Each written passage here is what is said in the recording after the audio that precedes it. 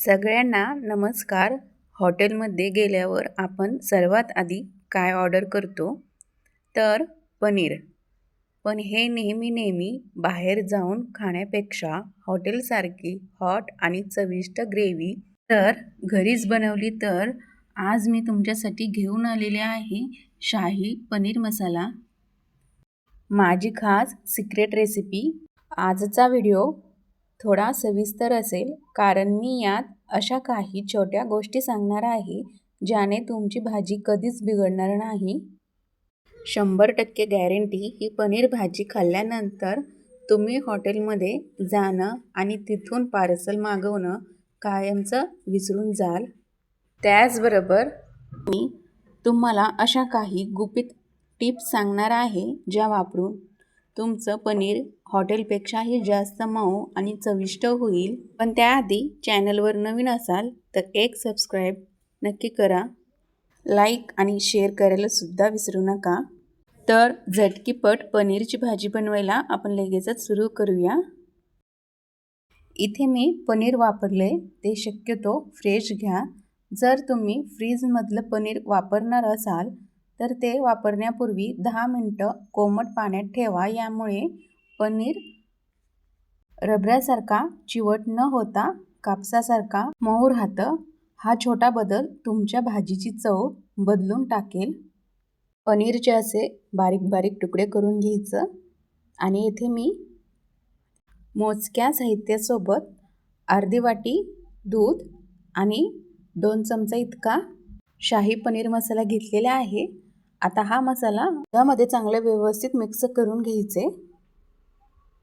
तर या पनीरच्या भाजीला दूध आणि पनीर मसाल्यामुळे थिकनेसपणा येतो, त्यामुळे पनीर मसाला हे दुधामध्ये मिक्स करायचं. आता हे आपण साईडला ठेवून देऊया आणि पुढची कृती सुरू करूयात.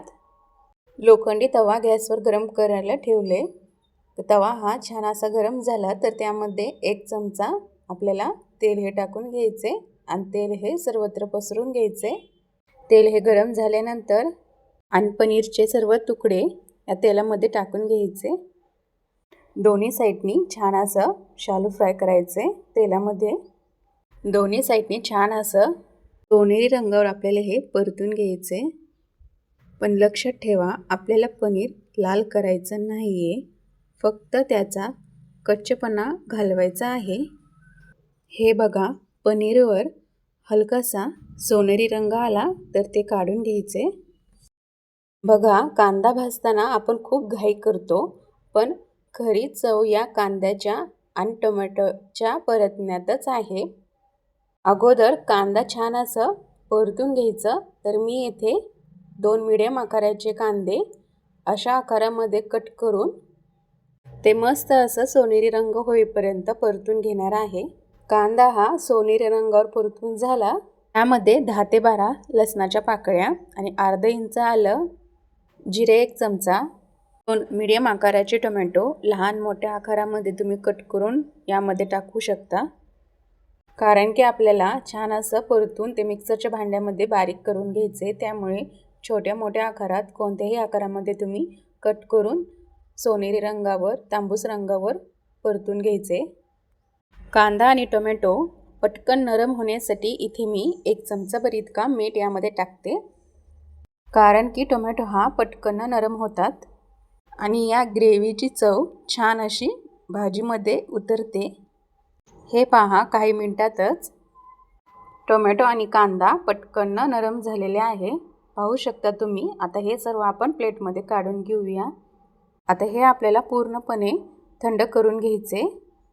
थंड झाल्यानंतर मिक्सरच्या भांड्यामध्ये टाकून ते पाणी न टाकता छान असं बारीक करून घ्यायचे. हे पहा, पाणी न टाकता आपण हे बारीक करून घेतले. इथे गॅसवर मी कढई ठेवली आहे. कढईमध्ये 1 वाटी तेल हे टाकून घ्यायचे. तेल हे छान असं गरम झालं तर आपण बनवून घेतलेली ग्रेव्ही आपण पटकन यामध्ये टाकून घेऊया. ग्रेव्ही टाकल्यानंतर नॉनस्टॉप 1-1.5 मिनिटभर आपल्याला हे परतून घ्यायचे. जास्त वेळ लागत नाही, कारण की आपण कांदा आणि टोमॅटो अगोदरच तेलामध्ये छान असं परतून घेतलेलं आहे.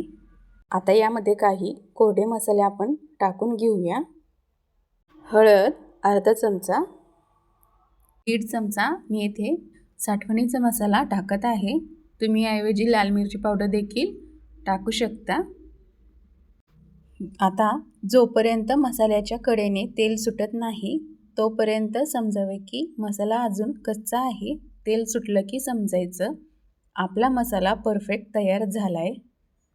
आता यामध्ये आपण साईडला ठेवून दिलेले यामध्ये मिक्स केलेले पनीर मसाला यामध्ये आपण टाकूया. त्या वाटीमध्ये थोडंसं मसाला हा शिल्लक राहिला, त्यामुळे अर्धी वाटी कोमट पाणी त्या वाटीमध्ये टाकून हे आपल्याला परतून झालेल्या ग्रेव्हीमध्ये हे टाकायचे. आता यात आपण गरम पाणी हे टाकून घेऊया. नेहमी लक्षात ठेवा, थंड पाणी टाकू नका, नाहीतर भाजीची चव उतरते. त्यामुळे यामध्ये नेहमी गरम पाणीच टाकायचं.